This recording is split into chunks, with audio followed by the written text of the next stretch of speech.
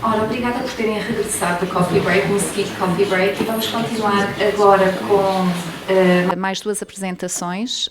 Vamos continuar no nível de alguma informalidade que eu acho que é confortável em torno destes temas, e vamos começar agora com o Paulo Calçada, que nos vem falar do ponto de vista da Porto Digital.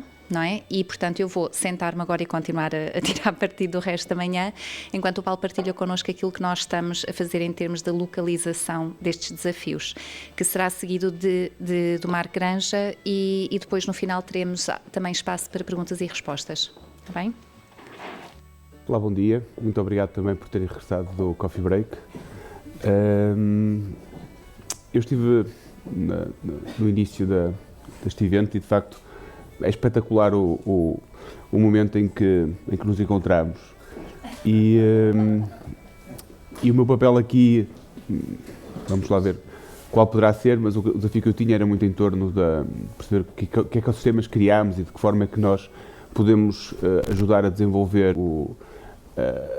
estes temas no contexto daquilo que é uma cidade, que é o papel que a Porto Digital representa.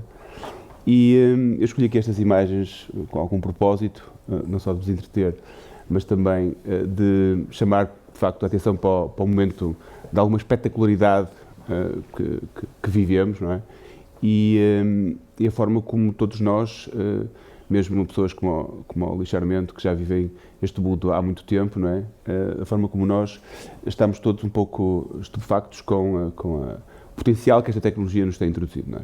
Não só para nos entreter, não só para nos divertir, mas também com alguma preocupação, porque imagens como esta, que está ali claramente identificada como uma imagem falsa, já começam a surgir por aí, não é? Portanto, e o Midjourney, que foi uma das ferramentas usadas para construir esta imagem, já disse, se calhar então mais vale nós desligarmos o serviço, porque isto até pode ter aqui alguns impactos menos interessantes.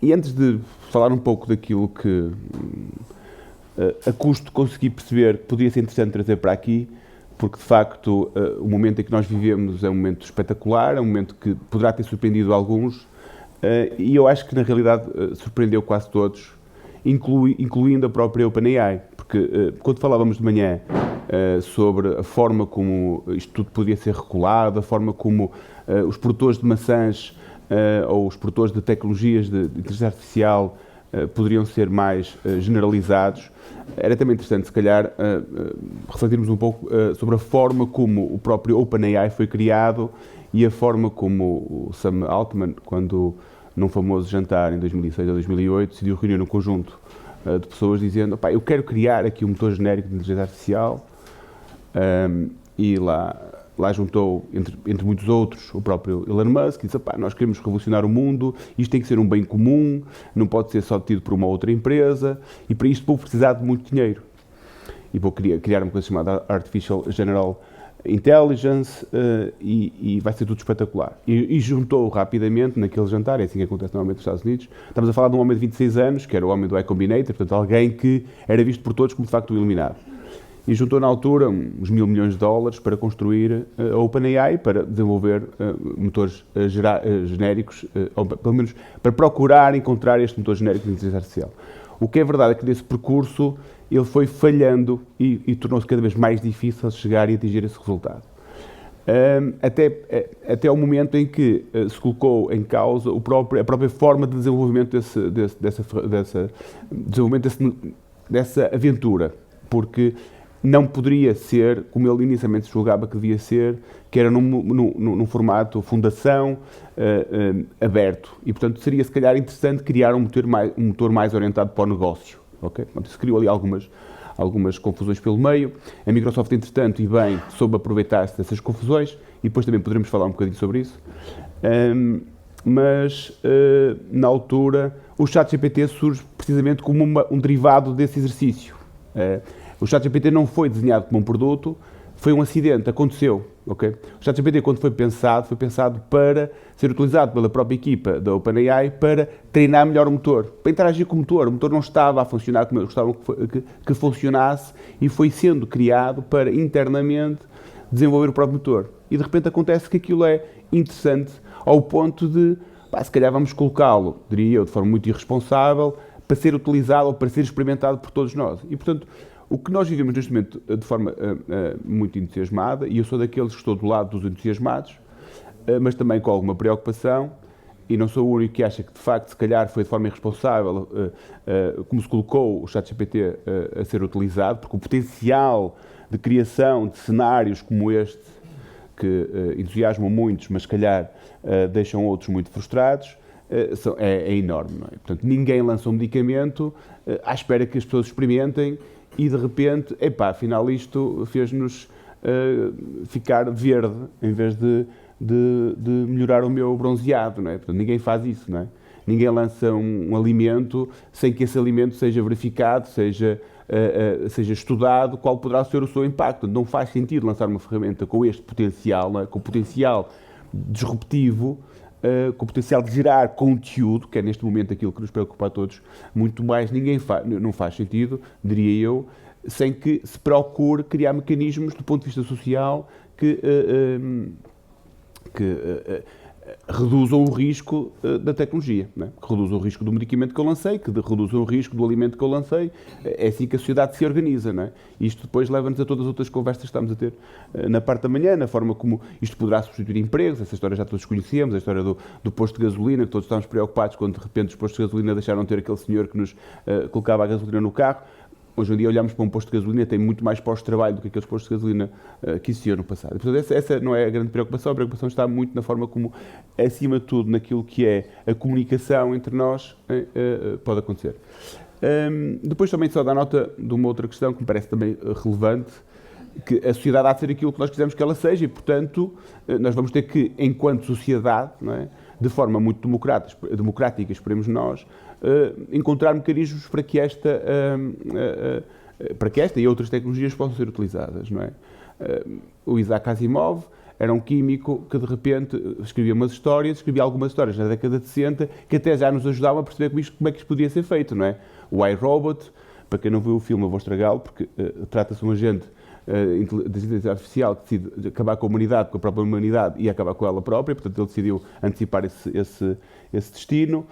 Ou então o Foundation, que está agora até na Apple TV com uma série muito gira, relata-nos uma sociedade daqui a 10 mil anos onde não existe inteligência artificial, onde a sociedade, exceto um ser que lá está, que só serve um propósito, mas também não vou falar sobre isso aos estragos da série, e não é esse o meu papel aqui.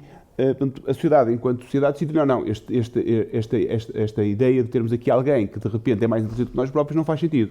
E acabou-se com a inteligência artificial. Portanto, aumentamos aqui a falar de um cenário limite, 10 mil anos à frente, mas só para dar nota que, de facto, temos a nós, enquanto seres, que vamos decidir o que fazer com esta outra coisa que está aqui a surgir por acidente, não é?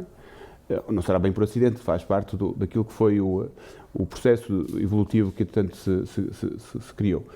Depois é também relevante falar da forma como, do ponto de vista de negócio, estas coisas estão criadas e a forma como a Microsoft se antecipou, ok? E decidiu investir 10 mil milhões de dólares na OpenAI, já tinha investido mais do que esses 10 mil milhões de dólares, mas se olharmos com detalhe para a forma como a Microsoft investiu na OpenAI, também é muito interessante, porque ela não investiu de uma forma tradicional, até porque não poderia investir de uma forma tradicional, porque a OpenAI tem um modelo que não é um modelo tradicional, foi aquele modelo que vos referi, que foi criado no tal jantar, com esta ambição de criar um motor genérico de inteligência artificial, um bem comum e uma fundação e coisas assim. A forma como a Microsoft criou um mecanismo financeiro para suportar o desenvolvimento, para incorporar a tecnologia, vai qualquer coisa como, por exemplo, quando a Microsoft gerar receitas acima de 90 mil milhões de dólares, uma coisa parecida, vai poder começar a transformar essa receita em bem comum para a sociedade. Há uma coisa qualquer assim desse género. Pronto.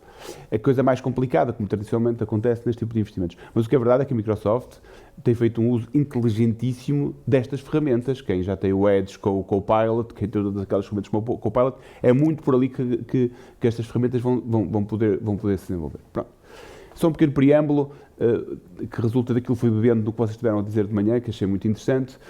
O que é que nós temos estado a preocupar-nos enquanto cidade, e agora vem a parte chata do PowerPoint, prometo que sou rápido.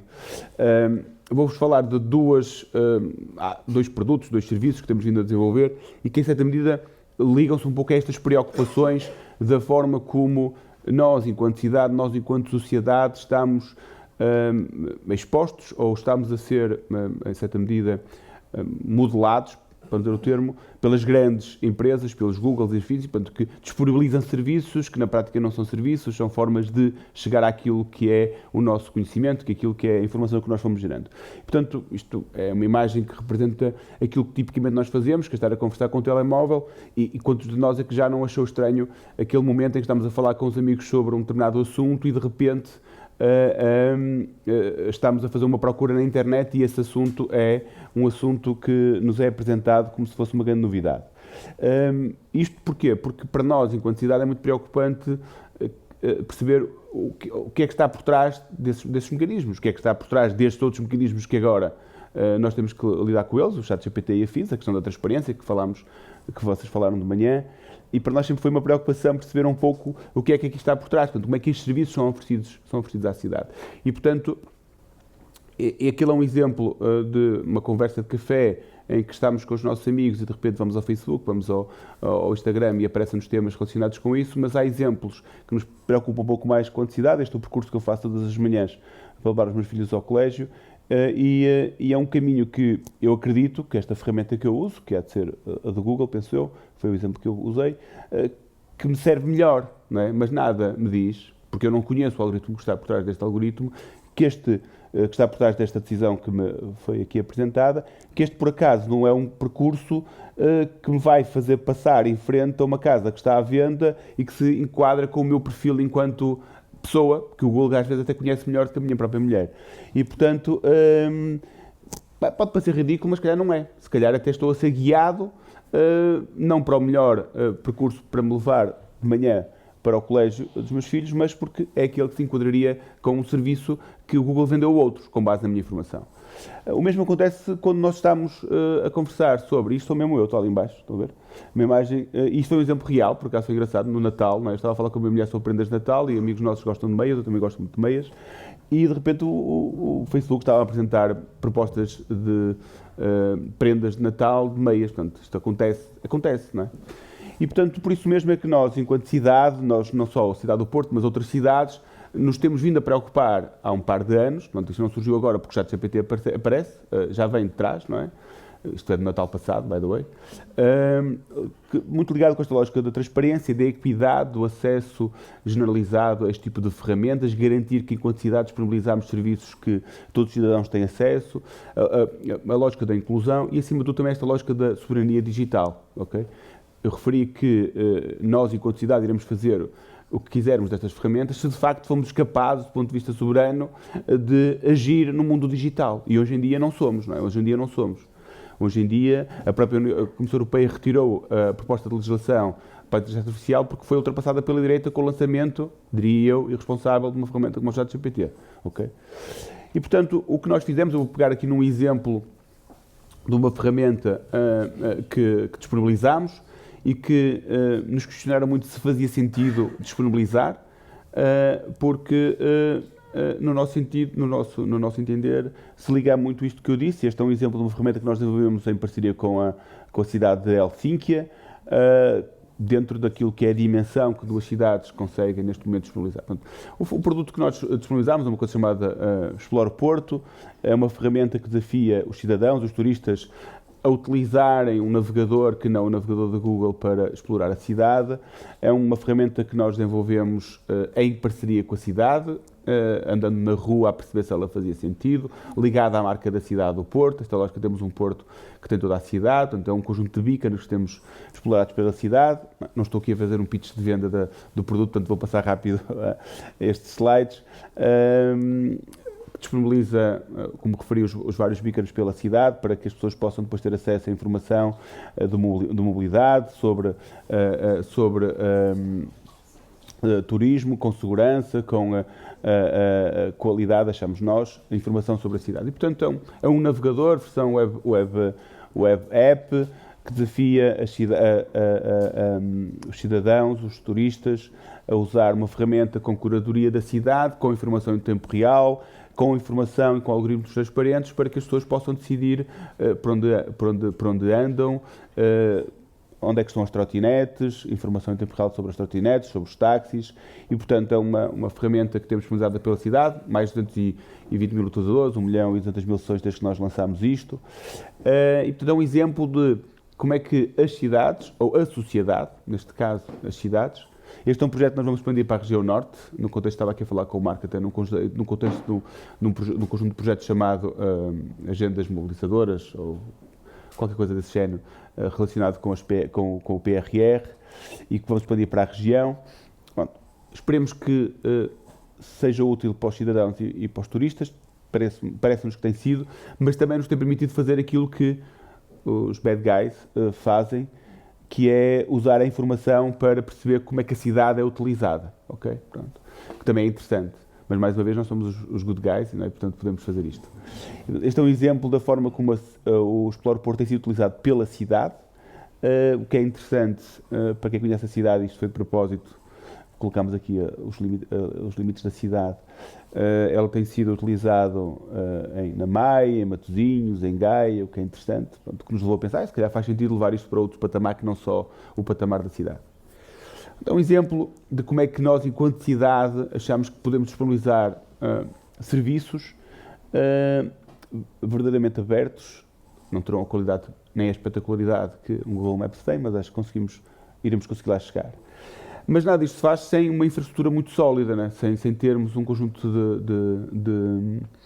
de fundações que efetivamente garantam que estes serviços depois têm a qualidade que nós todos esperamos que tenham, e que tenham a tal transparência e que tenham, de facto, garantam a tal soberania digital. E, portanto, nós temos desenvolvido um conjunto de ações internas no município. Estes são os slides chatos, porque este é o trabalho chato, aquele trabalho que ninguém vê e que eu gosto muito de valorizar e que me sinto muito na obrigação de valorizar, e ele é tão chato quanto estes slides.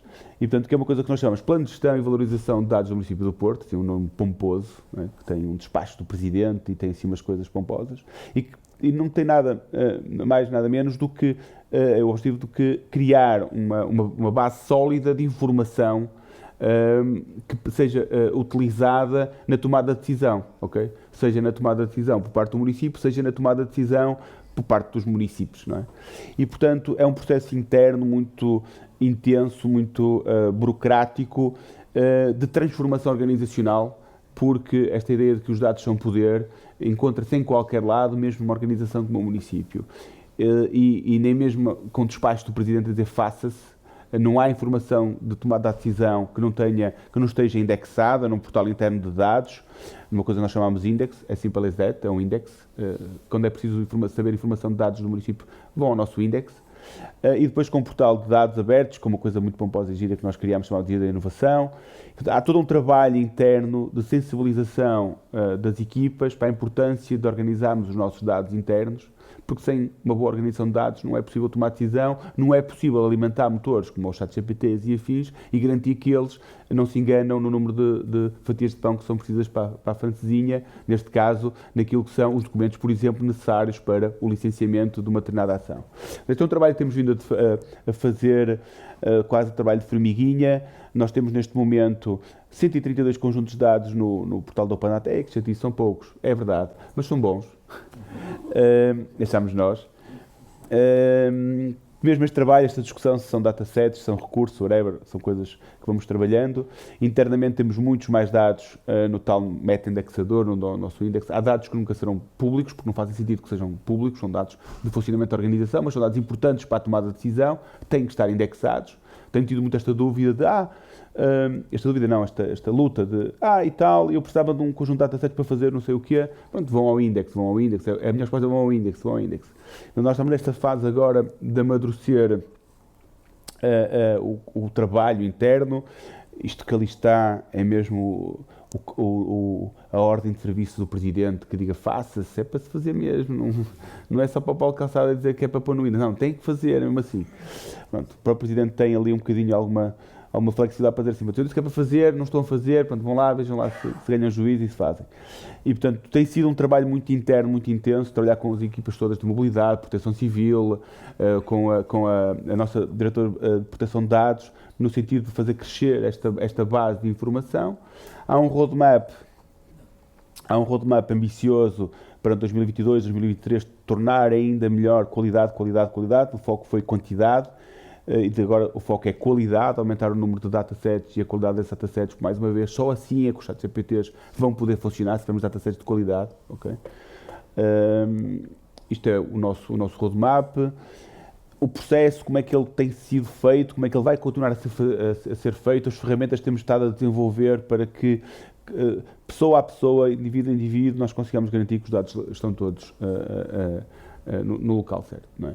Isto porquê? Porque nós não queremos que aconteça nada disto. Portanto, em 1903, os irmãos Wright fizeram o primeiro voo com aquilo que veio revolucionar parte da nossa sociedade, a capacidade de viajarmos rapidamente, mas em 1908, 5 anos depois, okay, 5 anos depois, houve um primeiro acidente, um dos irmãos ficou gravemente ferido e o passageiro morreu. Okay? E, portanto, o que nós não queremos que aconteça é que não serão 5 anos para aparecer a grande primeira asneira, né? A imagem do Donald Trump para ser preso, não é? Só não foi mais grave, porque hoje em dia já ninguém liga muito a esses temas, não é? Mas podia ter sido mais grave. Portanto, e não vão ser precisos 5 anos para que possam acontecer acidentes deste género, vai ser mais rápido. Tão rápido quanto isto, eu estava a rever a apresentação há bocadinho, 10h24 de hoje, não é? E sai uma notícia destas. Como estas, há dezenas de notícias a sair. A Universal quer impedir que a AI seja treinada para músicas de Spotify.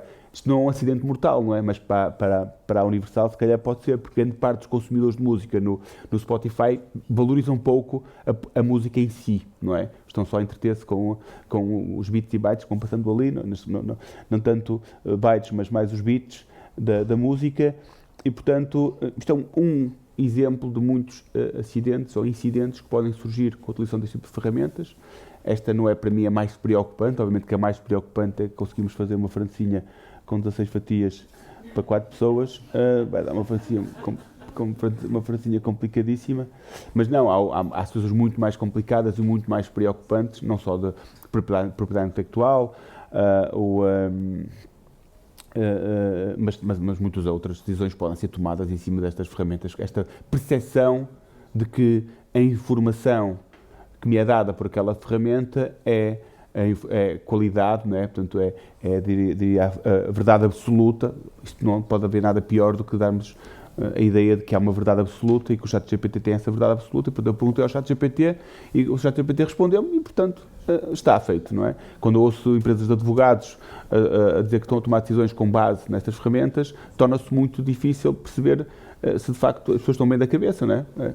E, portanto, elas são fundamentais, são incríveis. Mais uma vez, e não é por estar aqui a malta da Microsoft, o trabalho que a Microsoft tem feito é incrível na forma como está a adequar o potencial destas ferramentas ao conceito de Copilot. Não há nada mais seca de estar a fazer e-mails todos os dias. Parte da minha vida é feita a escrever e-mails, ferramentas que nos ajudem a tornar esses e-mails muito mais fáceis de fazer. Os programadores, obviamente, não há nada pior do que ser programador, digo eu, que já fui programador no passado e aquilo é uma valente seca. Portanto, chegar ali e pensar nas ideias e alguém rapidamente colocar as linhas de código cá fora, sem grandes erros, porreiro pá.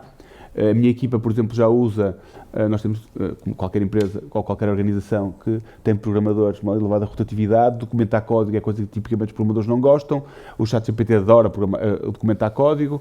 A malta coloca lá o código. O que é que se fazia? Ele documenta-nos o código. Porreiro, está espetacular. Vamos fazer muitas dessas coisas com a ajuda de ferramentas como o ChatGPT. Música, se calhar sim, se calhar muita gente já come música feita pelo ChatGPT e por primos ChatGPT e não estão, nem sequer reparam. Agora, há tudo o resto. Portanto, é isto que, em quantidade, nós temos estado a fazer, preocupar-nos, garantir que há um espaço digital no qual nós também temos uma participação ativa enquanto sociedade, neste caso enquanto cidade, não é? Nós temos que cuidar do espaço público, do espaço real, mas também temos que cuidar do espaço digital. É isto que temos vindo a fazer há um par de anos, com a Estratégia Municipal de Valorização de Dados, com projetos como o Explore Porto, o EcaCity, que é um evento que nós organizamos regularmente e estamos a planear lançar agora a versão de 2023, é um hackathon em que nós desafiamos desde 2015 a 2016, desafiamos os empreendedores, os programadores, os cientistas, a trabalhar connosco nesta melhoria da qualidade dos dados. Está aqui o Rui, que nos tem ajudado muito nessa ação, sempre nesta lógica de que sem dados de qualidade não há tomada de decisão inteligente, não há nenhum algoritmo que faça magia sobre esses dados que não existem ou que têm uma má qualidade. Então, é este trabalho que temos vindo a fazer, é desta forma que nós esperamos poder ajudar a melhorar o ecossistema, a melhorar o tal espaço digital, muito focado na melhoria dos serviços públicos disponibilizados, mas também em potenciar a criação de valor, riqueza, em trabalhar com empreendedores, em criar negócios de elevado valor em cima destas ferramentas. Obrigado.